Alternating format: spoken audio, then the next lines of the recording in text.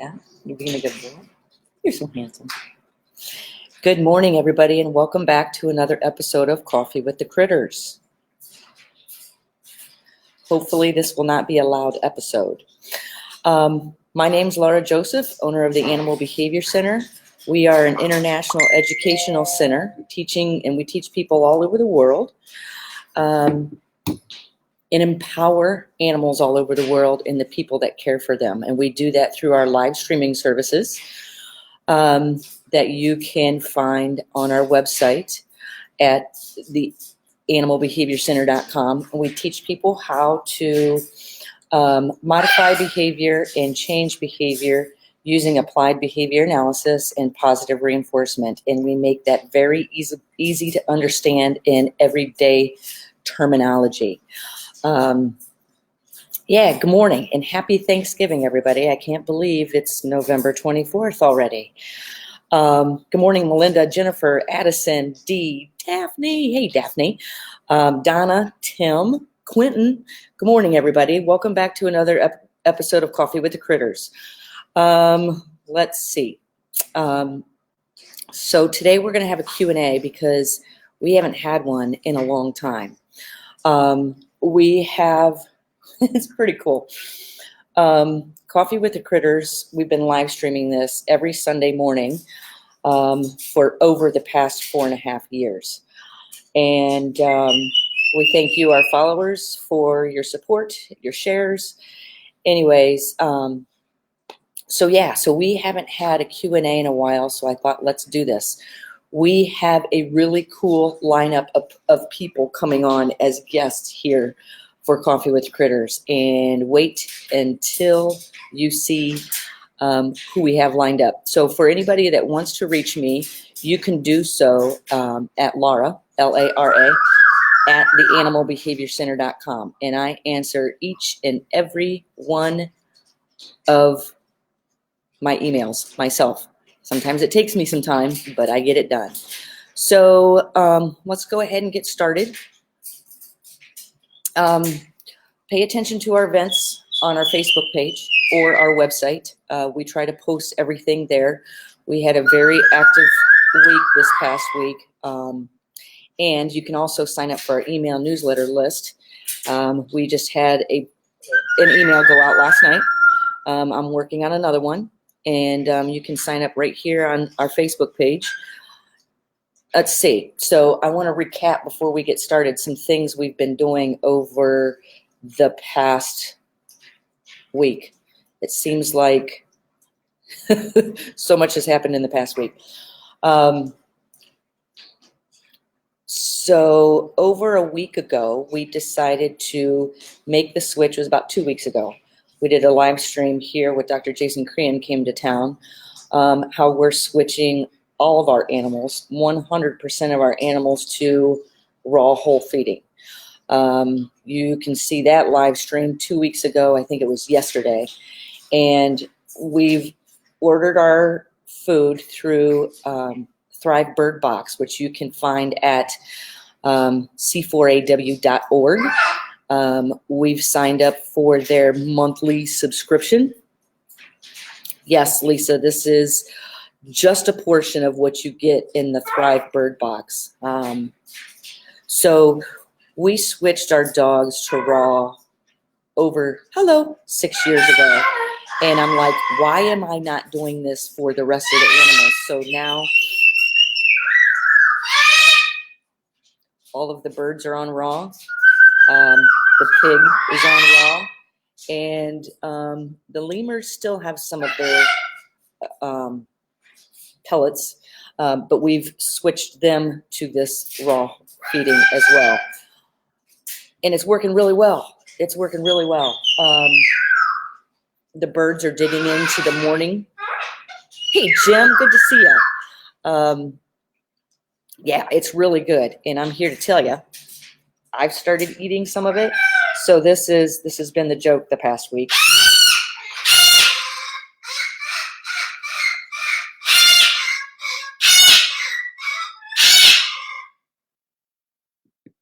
Forgot to turn on his remote control feeder. Gotta figure out what he's feeding. This has been the joke the past week. Soaking your nuts.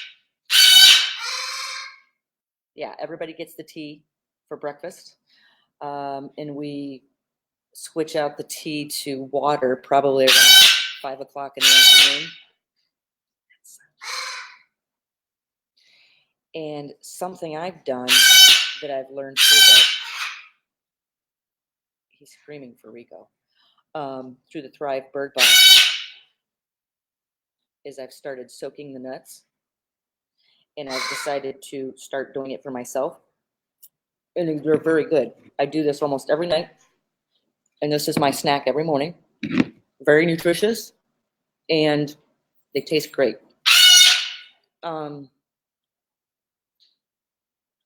Yeah, so all of our animals here are now 100% 100% on raw, except for the lemurs, but we're working on that. Okay. And you can sign up for the Thrive Bird Box at c4aw.org. So just a couple of updates, everything that's going on. We're getting ready to move the lemurs. We have a deadline. So we want to get the lemurs out into the center. But before we do that, just like we do with the rest of the animals, like I always tell people, where you teach your dog to walk loose on a leash is not at the dog park. It's in your living room. That's where you begin. So we need to move the lemurs. We don't need to. We want to move the lemurs out into the center so they can run through the grass and the trees and jump in the rafters. In order to do that, we're not going to move them right into there. We're going to move them into the training room, let them loose for the day, interact with the volunteers. Here's Lindsay Douglas, who's helping me keep them crate trained. I'm also working on teaching a nose target. And I mentioned this last week in the event where I was speaking at last weekend. We had a workshop that night on the importance of target training. Target training is so vast. And we do, one of the first things we teach any animal here is to station in a nose target. It helps teach contingencies, meaning if this, then this. And somebody asked me, why would you teach a nose target? And I'm like, well, if I can get, oh, look at you, playing with a new toy. If I can get, watch this.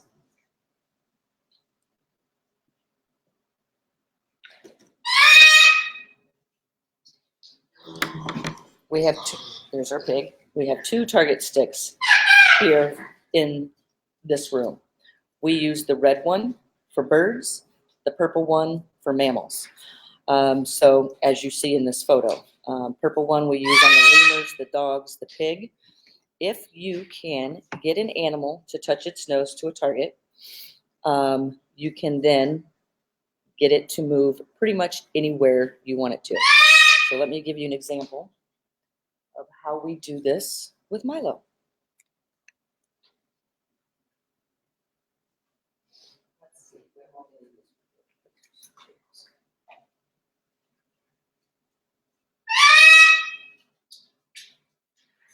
We're big here on not cross-contaminating. That's why we use 2 different color target sticks for 2 different animals. These are great because you can just wipe them off clean with a Clorox wipe and then rinse them under the water. So let me give you an example. Let me show you some target training with Milo. Okay. Milo, want to touch? Good.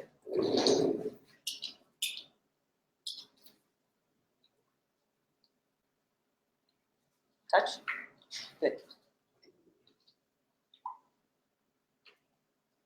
See if I can get him to step on my foot. I want him, I don't know if I really want to train this. Touch? Good. Let's do something else instead. Watch that. So Milo's really well trained. I've had him here since he was a couple months old.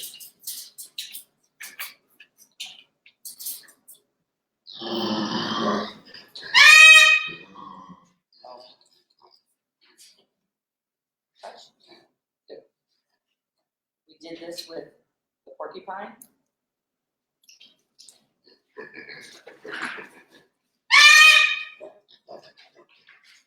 Good. So now, if you want him, he knows this really well, but you can use a target to get an animal to go anywhere you want it to. What do you think about that, Coco? So now I want him off the trail. Very good, Sunshine. Nice job. Yeah. Sorry?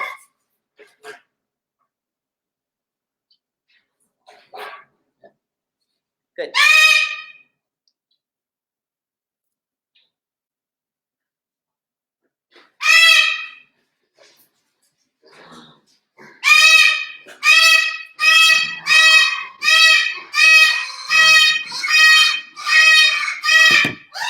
Woo! Nice job, Rico.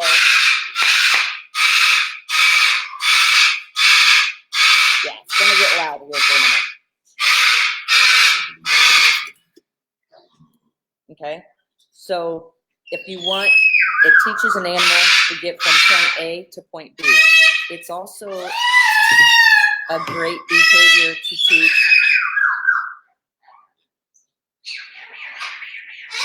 Very good, Sunshine. Very good, Rico. Hang on. That's a replacement behavior we're trying.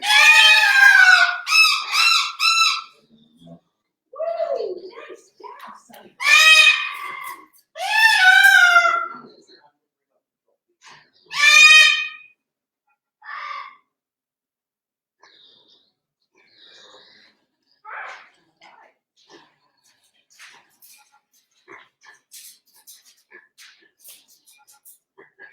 Okay.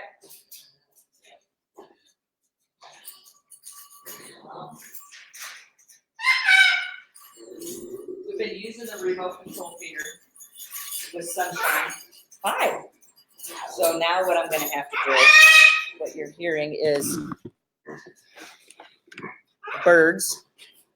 That's Rocky.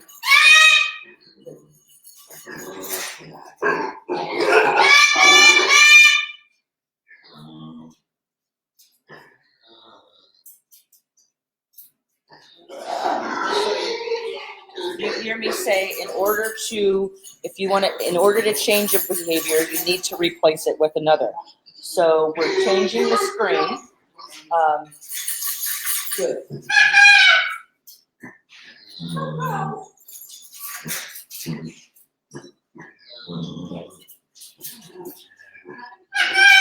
So with Rocky, he knows if he rings his bell, that's the replacement behavior for the screen.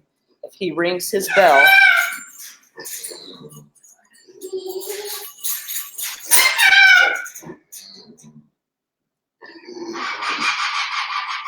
good job, Coco.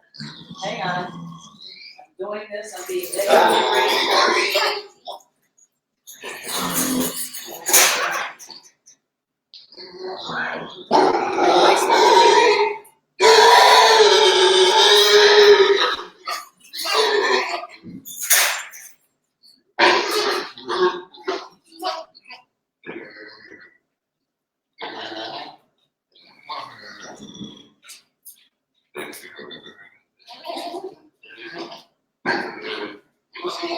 You hear me say all the time, in order to change a behavior, you need to replace it with another one. So Milo's he's our pig, he's making those noise whenever I walk close to him. If I want that noise to stop, I need to ask myself, what do I want it to do instead?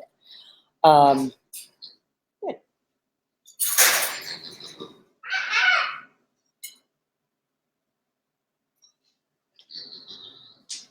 Oh, nice job, Coco.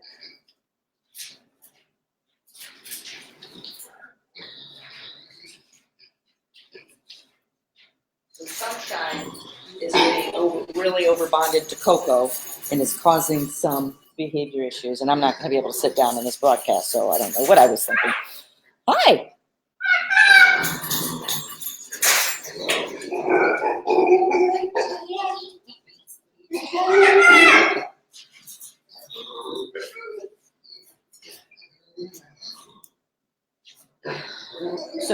was saying is I'm being negatively reinforced to keep this room quiet. Negatively reinforcement means you do a behavior to escape, avoid a consequence.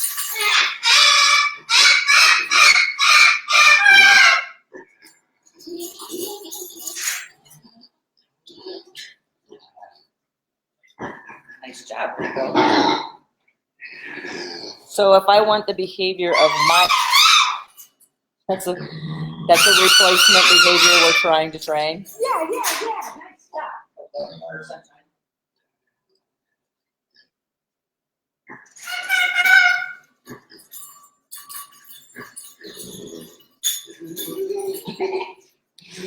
So if I want the behavior of Milo not squealing while I'm in close proximity, what do I want to do instead?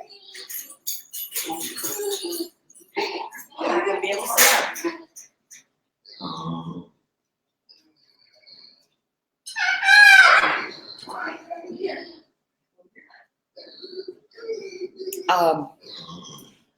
So one of the first things we teach animals is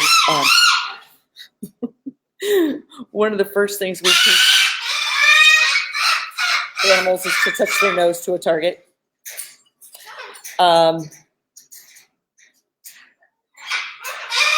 So Marie says, mine is screaming when I leave the room. How could I get her to stop? Marie, what do you want her to do instead? Yeah. Nice job, Sunny Bunny. And another key important factor is don't forget to reinforce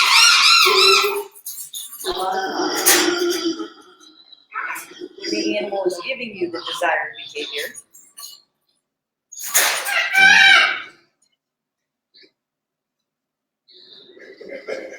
When the animal is giving you the desired behavior, a lot of times people forget to reinforce that. It's when the undesired behavior starts happening. That's a desired behavior. It's when the undesired behavior starts happening that gets the attention, and that should be a reminder that you forgot to reinforce the desired behavior.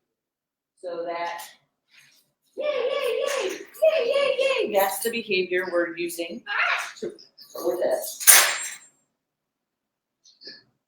To earn that brings sunshine reinforcement versus the screen. Co. Hang on.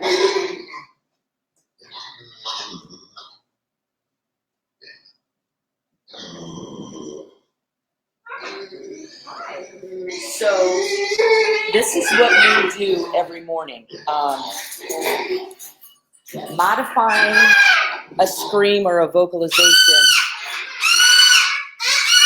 See, I don't really want that pitch, and that's a variety of the behavior we are trying to reinforce.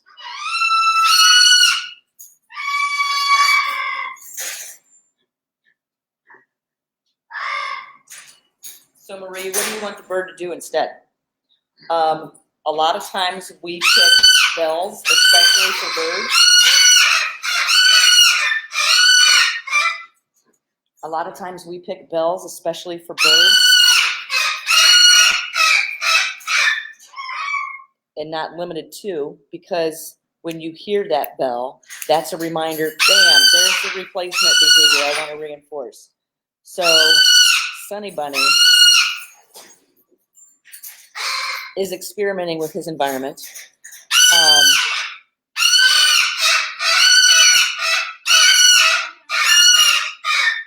To find out what works. So Marie, you say your bird is not big on training. Yes, it is.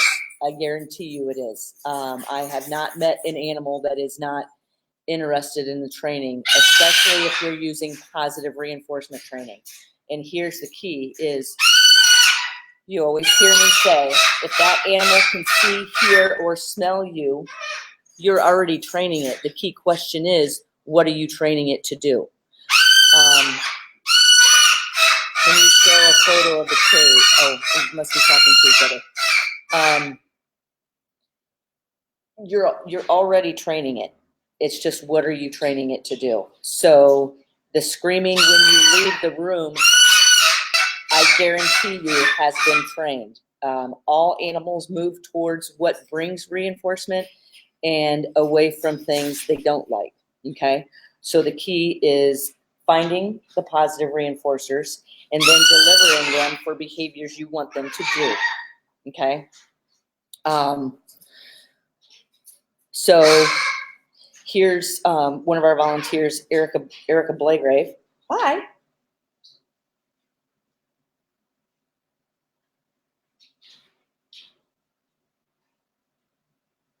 Working with both of the lemurs, Dylan Pickles. Dylan Pickles find comfort in being close to each other, near each other, okay? There's going to come times when they can't be near each other. And we try our hardest here to stay away from routines. Nice job.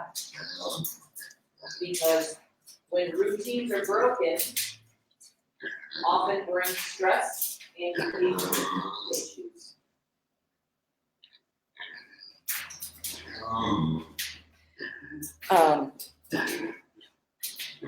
So we try not to fall into the trap of routines. Hi. So what we're doing here is we're having some of the volunteers. It's usually just Lindsay and I training Dylan Pickles, the lemurs. What we're trying to do, and is important, is to keep their environment changing. So we're constantly changing people.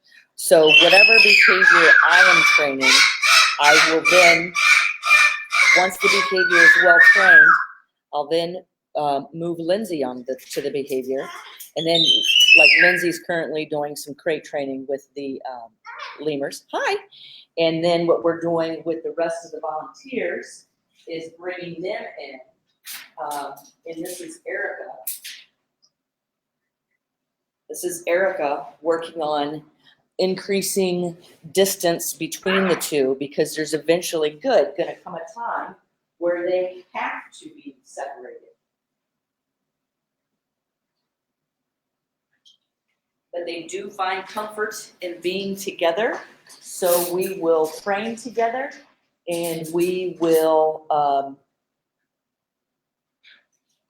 have them come back together as a form of positive reinforcement. Does that make sense? Hi. So something I'm doing with Sunshine is, and Coco or Rocky's back to ringing his bell, is I can't. Yeah. I'm starting to shape a behavior, meaning training it. It's on a continuous schedule of reinforcement. Meaning every single time the behavior happens, a reinforcer is delivered. That happens in the shaping process. Hi. But as you can see, I can't reinforce every single time. So, because I'll never get anything done. There's a lot, and now I'm not reinforcing every single time. Now it's on a good intermittent schedule. And there's various types of intermittent schedules of reinforcement.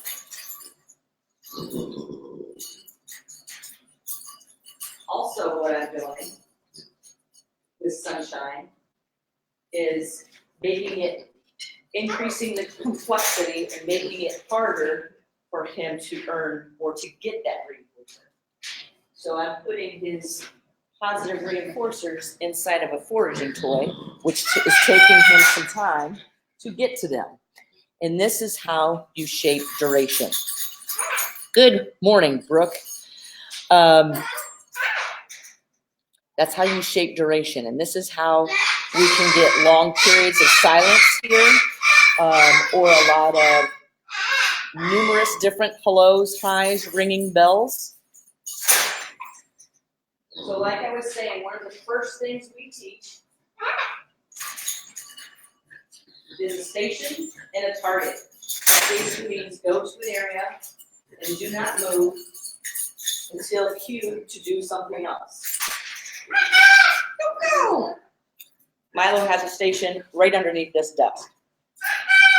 The dogs have stations. Those are the X's on the ground. We also will station the dogs at the back of the room so we can move an animal at the front of the room. So there's Sunshine Scream that we're trying to change.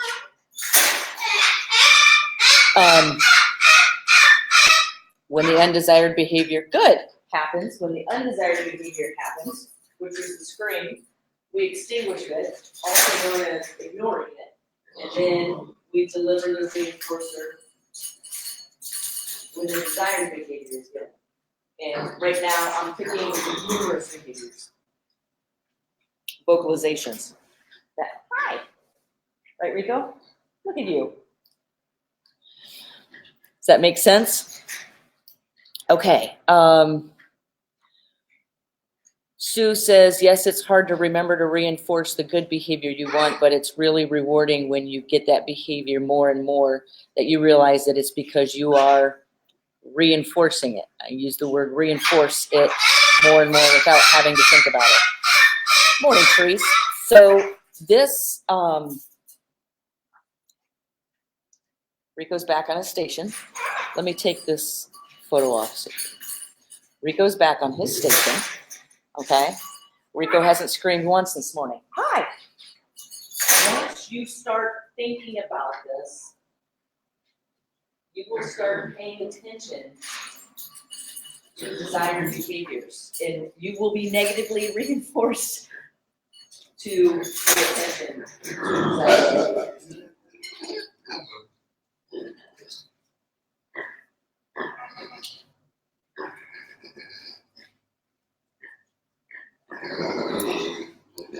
Okay. This is where people fall into traps in working with pigs as well. Reinforcers aren't just food. They're a lot more than just food. We only use food here maybe we always say about 45% of the time. With your social animals,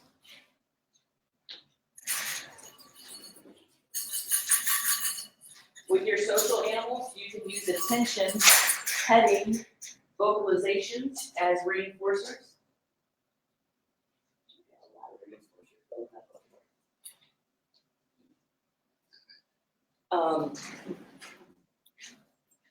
And a lot of times I'll tell people, when you pair yourself with the positive as much as possible, pretty soon one of the reinforcers will be, the animal's reinforcers will become the opportunity to interact with you. Just watching Sunshine, he's now foraging. Can you see that?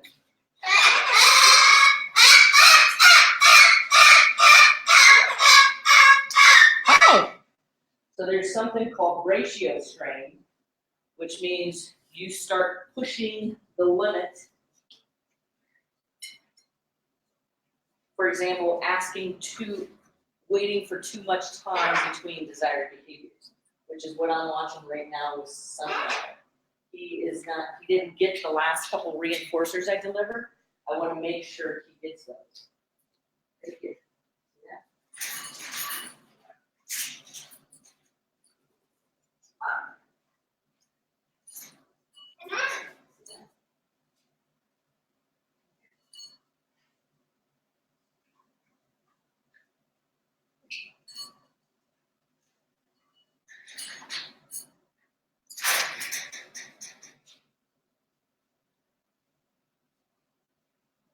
He didn't receive the last couple of reinforcers I delivered. So I am going to, what's happening is if he doesn't get that reinforcement in that time, he's likely going to start screaming again, and he's still not seeing it.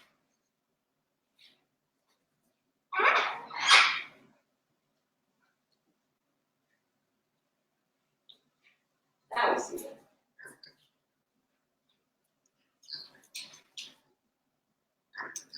Does that make sense? Somebody asked me one time, what is the biggest mistake people make when training? So we're all training. If we have animals, we're all training, whether you realize it or not.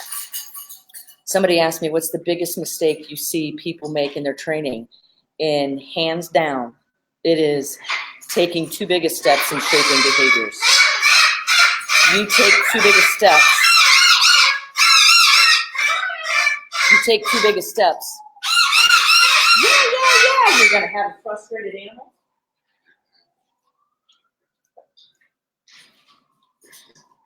And training is communication. It's the best form of communication I have found. Ooh, you got it.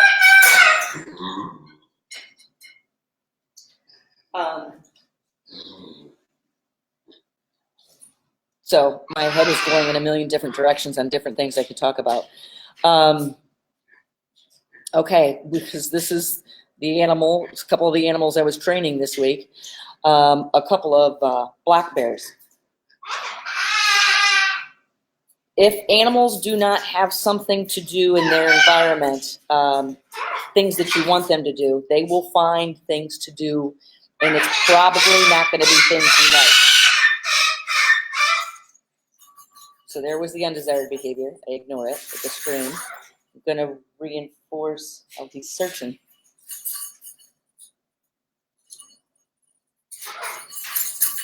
Hi.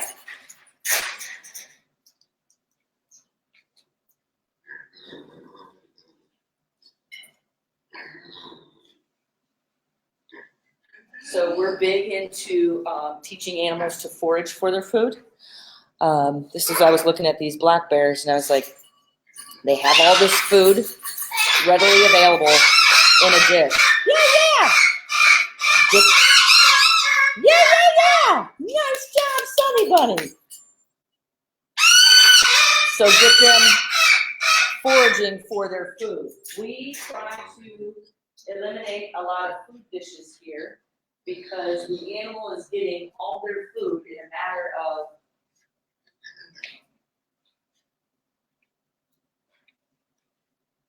matter of a minute or two. So when you get them foraging for their food, meaning searching for their food, working for their food,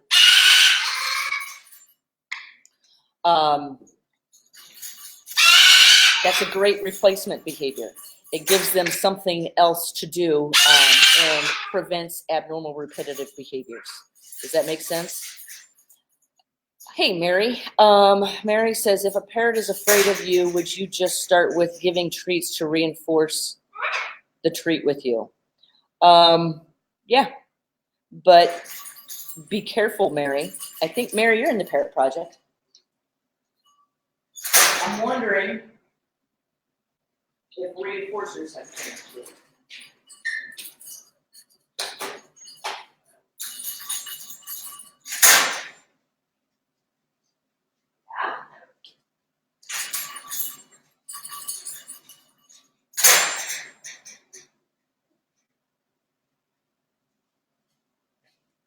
If I'm working with a fearful animal, and we were just talking about this in level 2, in our level 2 group discussion, but it was in regards to dogs on, I believe that was Wednesday night. If I'm working with a fearful animal, and a lot of behaviors labeled as aggressive are actually fear. If I'm working with an animal that's afraid of me, and a lot of animals I work with, especially in the wildlife education animals, I will start, and Mary, we did this in the Parrot Project as well. I will start by, number 1, identifying highly valued reinforcers, and then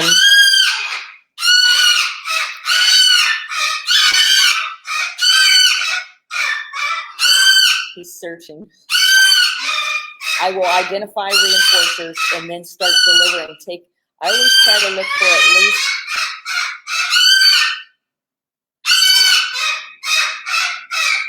probably going to get an extinction burst.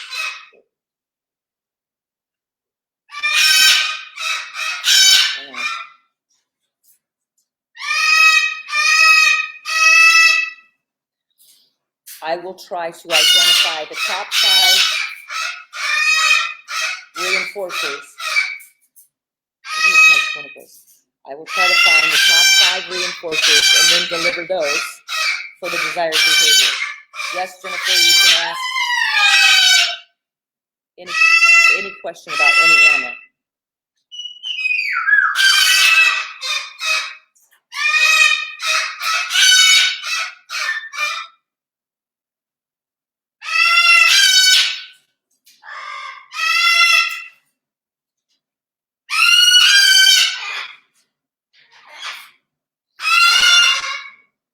Okay.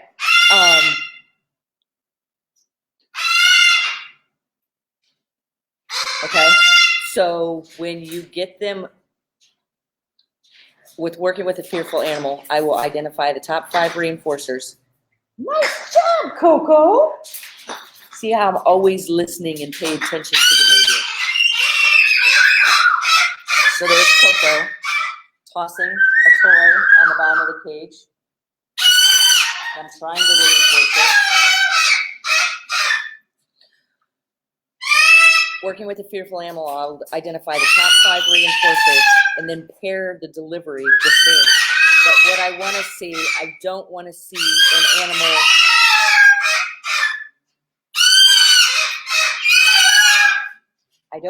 an animal running away from me as I'm approaching the cage or flying away from me as I'm approaching the cage. This is why I always recommend when you're working with a fearful animal, no matter what the animal, try to set up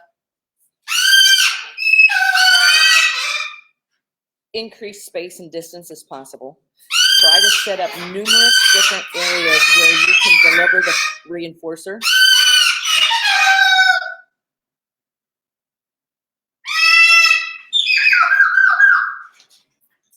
Just waiting to see if it's my tone of voice that's reinforcing the screen. Numerous different areas where you can deliver the reinforcer. That way, what I do is I pick when the animal is the furthest away from me, and then I will walk to the opposite side of the cage and deliver the reinforcer. Numerous times throughout the day. So, nice job, Coco.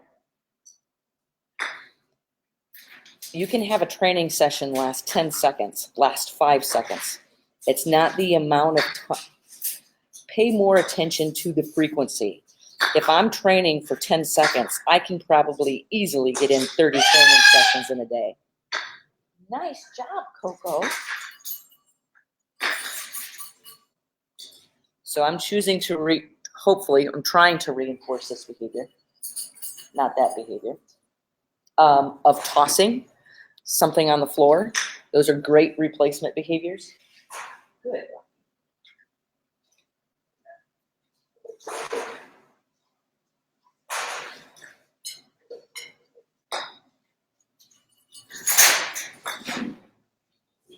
You're very welcome. So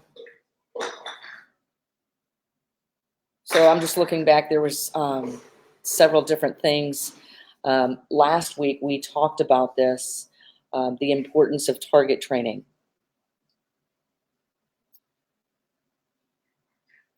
Marie asked, are birds' ages a factor in training? Yes. Yes. And because age, you can teach an old dog new tricks. I know, because I have a room full of old dogs. Sunshine's 38, Coco's at least 35. The longer the animal practices the undesired behavior, the longer it's going to take to change it, in my experience, but not near as long to change it as it took the animal to learn it in the first place. So I will not use age as a label saying Sunshine's 38, he's too old. No, he's not, because he's 38. That means he's had 38 years to practice and learn desired and undesired behaviors. Now there's going to be, and there has been, a lot of counter conditioning to do, which means retraining. Okay. Coco or Sunshine's been here 5 months. 5 months, and I can't even tell you all the behaviors we have trained because they're too numerous. Sunshine, I cannot touch, okay, but I don't need to. In that 5 months, we've trained him to step up onto a perch so we can move him to a different area. He knows a beat target inside and outside of his cage. He knows stations. Right now, in the Parrot Project, which is one of my live streaming services, we are teaching him a voluntary nail trim, and I do believe I have those photos. Hang on. Here it is.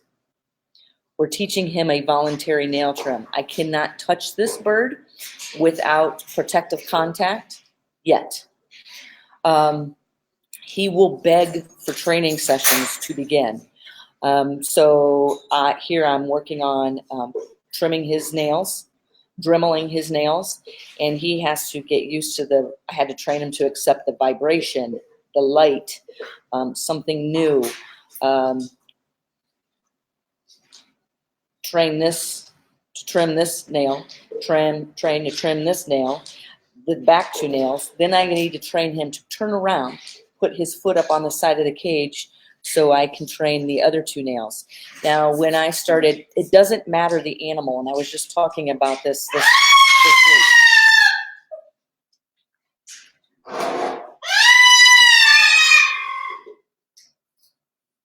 Applied behavior analysis is about the laws of behavior, not the species of the animal. This is why this week I was training a baboon, a hand target.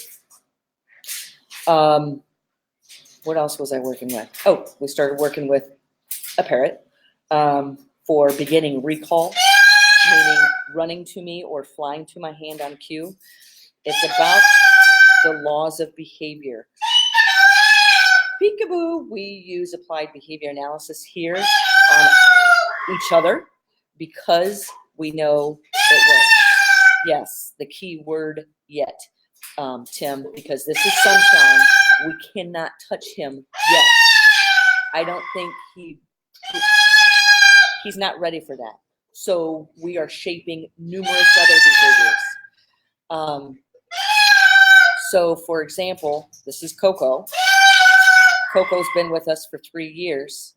When I first started working with Coco, it was off contact. I could not touch him. I would have gotten bit. So I trained off contact. You can train a recall from one area to another without ever having to touch that animal. Some of the animals I work with, especially with the wildlife,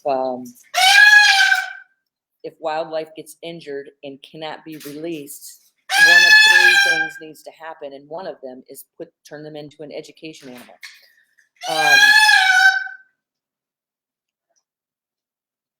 So just the appearance of a person approaching a cage could be an aversive. We're talking about this in level 1 with an education owl. I think it was a barred owl. You have to start pairing yourself with the positives, and you can't pair yourself with the positives until you've identified that individual animal's reinforcers. We are never the ones that determine the animal's reinforcer. The animal always is. It's us that determines when we deliver it for what behaviors, okay? So with Coco, I started working with him, protect or off contact only. Hi. Same thing I do with a lot of the animals at the zoo. I don't necessarily need physical contact.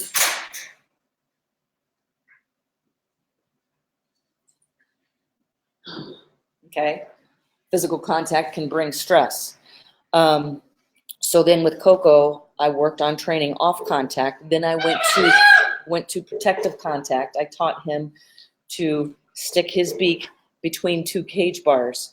And when he would, I would deliver a reinforcer. Now with Coco, I could see after training him, Rocky, it looked like he wanted to be touched. Good. So, but I couldn't touch him safely. with him understanding what I was trying to do.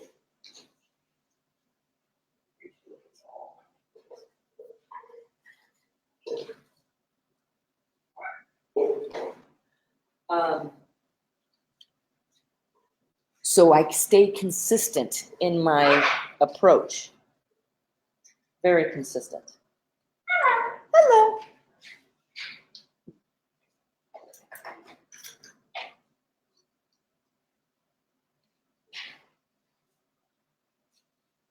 Oh, you want that, don't you?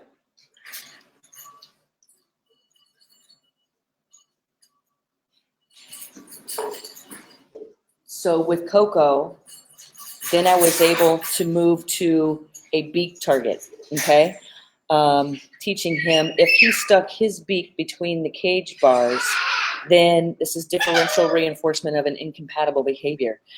Then I could open the door and try to touch his head. If he moved his head, my hand would remove. So he decided, he made the choice to keep his beak between the cage bars because then I could deliver a positive reinforcer. Positive reinforcer identified. Maria, I'll answer your question in just a second. Positive reinforcer identified. So now I was able to use touch as a reinforcer. So and it wasn't just food. Now I could use a head scratch as a reinforcer.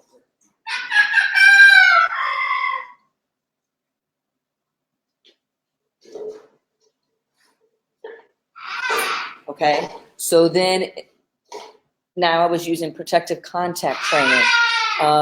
Coco was afraid of sticks when people's hands were on them. So we had to counter condition and desensitize. And we started with small sticks and then made them bigger. And then got him, I still can't pick him up yet. Then we got him moved from point A to point B. And then here is a video I did 2 weeks ago that I gave at the C4AW, I showed at the C4AW event last week, where I'm now able to, I'm dremeling his nails without any protective contact, free contact training. And the delivery, this video is on the Animal Behavior Center's Facebook page, both of these with Coco and Sunshine.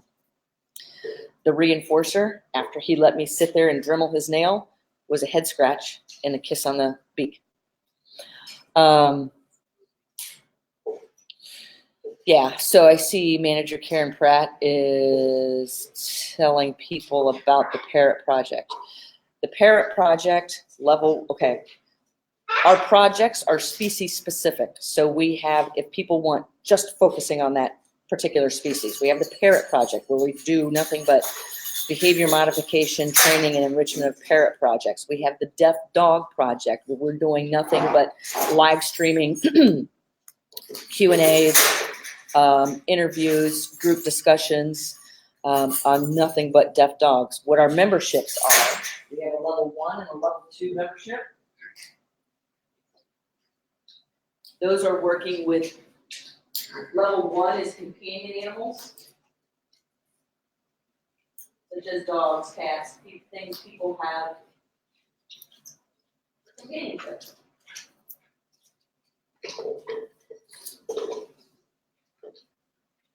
Level 2 is people who want to know more, and it's level 1 and 2 are all about the science of behavior, no matter what the species, okay? And Karen's explaining it to you where they are designed to be combined, such as combining the Parrot Project with level 1 or the Deaf Dog Project with level 1, because in level 1 and level 2, you get podcasts, which people say they binge listen to them. So there's a library in there of podcast how-to videos. Level 2 is more for professionals in the field, but definitely not limited. And you get free online consultations.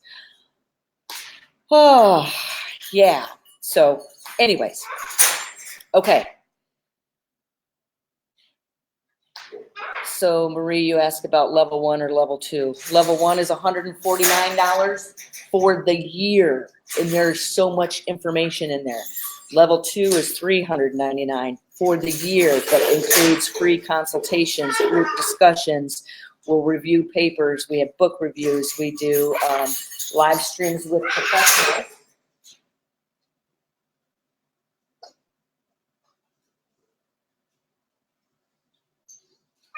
And level 2 is where you'll see me work with zoo animals. We just did a live stream the other day of working with a baboon. And the key topic, the key importance is not everybody works with a baboon, but the importance there is, where do I begin working with a species or an individual I am not familiar with? And I'll tell you what, I've had a couple of training sessions with this baboon, and he has already won my heart. A lot of times when we're working with animals that are labeled as aggressive, it's usually out of fear, lack of choice. The animal has lack of choice, and most exotic animals do have lack of choice. A lot of animals have lack of choice. The animal not understanding, the animal being interacted with intermittently with people who approach differently. So then you may label the animal as unpredictable. Imagine how that animal feels. They're seeing your approach as unpredictable and not consistent. And you can be labeled as unpredictable to the animal, which keeps undesired behaviors extremely strong.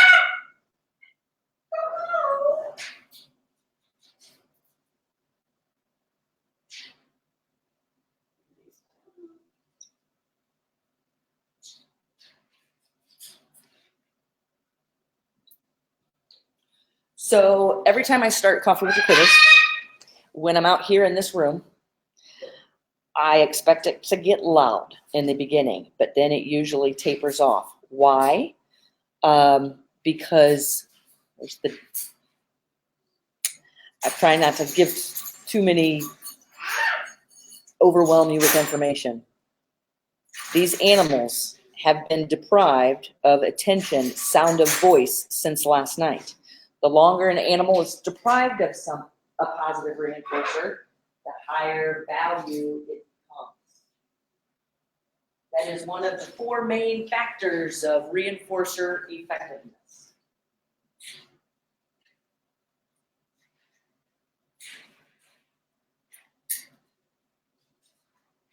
Anybody else have any questions? I think I might have time for one more question before I move on to talking about what we're going to talk about next weekend. So we've got the holidays are coming. And even in level 1 and level 2 in the podcast, if you are a level 1 or level 2 member, listen to the podcast on holidays and the animals. Now is the time. This Thursday, all kinds of undesired behaviors will be erupting. There are things you can do in those podcasts that I go in, there's 2 of them, that I go into detailed information. When visitors come to our house, they can train all kinds of undesired behaviors. So I need to train the people, and I do. I use the laws of behavior on the people. Hey, Pat. So Karen's answering the questions on the pricing. Thank you, Karen. Yeah, so level 1 and the Parrot Project, because they're designed to be combined, but not, you don't have to, is only $248 for the year. Okay, hey, Joanne, why do reinforcers change? What works before may not always work. Great question, Joanne, and I don't think I've ever been asked that question. Why do reinforcers change? A couple different reasons. Okay, so I've changed reinforcers a couple of times behind me.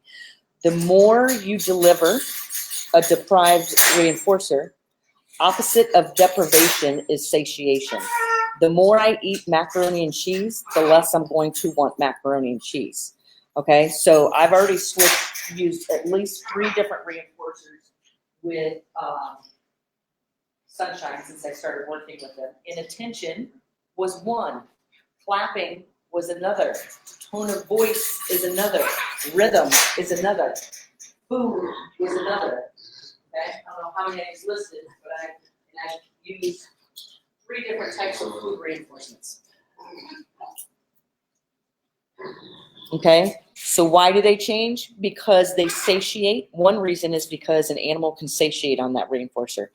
Another is as the environment changes, the reinforcers will change. Okay, let me give you an example. Quentin, let me give you an example with a dog. Okay, so this is why I tell people, if you're only using food as a reinforcer, it's only going to be a matter of time before you get stuck in a situation and you can't identify reinforcers because the food will no longer work. So let me give you an example. I can sit here and train a pig or my dog with all kinds of treats. Like that. To sit, to station, okay? Open your mouth on cue. That's something we're getting ready to do in level 1 is teach Quincy to open her mouth on cue. I can get Quincy, our Rottweiler, who's patiently waiting at the door for me to go get her, to do all these things in a comfortable environment. Then we take her to the vet. If we haven't generalized these behaviors, which means train them in other areas, and you need to do that via shaping, and you can do that with focus and control exercises. You take her to the vet. If she's never been to the vet before, and I try to get her to sit, I can sit there and try to get her to sit. She's not going to sit. She's over threshold, overstimulated, new environment. This is not going to work here. Okay, so that's why I tell you, gather a list of reinforcers. So what do we do instead? We train her to sit and station in this environment.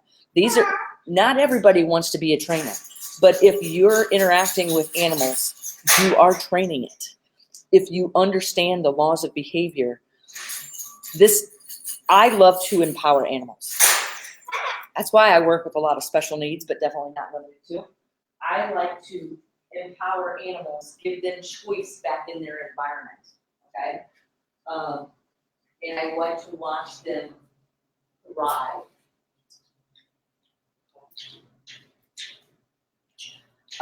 It increases their confidence. We've seen it in Dill and Pickles, the lemurs here. Pickles was the one that was more eager to try things. Now it's Dill. Dill is the one, I'll do it. I'll go in the crate by myself.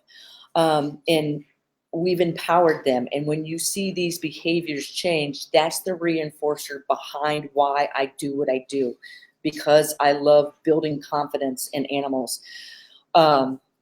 I walk out into the center, I'm going to have a pigeon landing on my head and dogs healing by my side. That's why I say, find everything that's awesome in your animal's environment and then deliver it for behaviors you want to see increase. We have a shirt here that says deliverer of awesomeness, because that's what we do.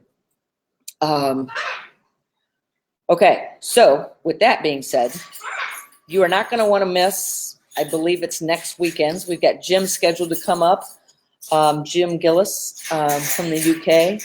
I've got a special surprise for you. I'm not going to tell you yet. You have to watch. This is going to be one of my favorite Coffee with the Critters coming up. But next weekend, if you have products or toys you want us to review and review them in a live stream, get in touch with me, because next weekend we are doing enrichment review. We've had a couple of people reach out to us that want us to review their foraging or enrichment toys in Coffee with the Critters. That is going to be next weekend. I'm going to show you, I've got some new toy items sitting right beside me. I'm going to show you some of these toys and my reviews of these enrichment products with parrots, lemurs, bears, pigs. So you're not going to want to miss next weekend. And this is a box of toy parts that we got in a couple of weeks ago from the awesome Catherine Eves. You're going to see us how we're implementing these into enrichment. If you would like to know more about our live streaming services, you can always reach me on our website at theanimalbehaviorcenter.com. You can always email me your questions, laura@theanimalbehaviorcenter.com.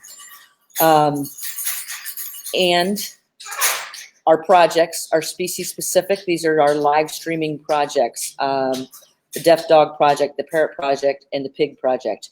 Or we also have our online memberships. Level 1 is for companion animals. Level 2 is more for professionals or people wanting to know more about understanding the laws of behavior and how it works across species. We also have our referral program, which is for every 5 people you refer to us that sign up for our projects or our memberships earns you or your organization a free 1-hour consultation. So with that being said, I want to tell and wish everybody a very happy Thanksgiving. We hope you enjoy the holiday and you have family to enjoy it with. Thank you. And if you need to get in touch with me, shoot me an email. All right. Thanks, everybody.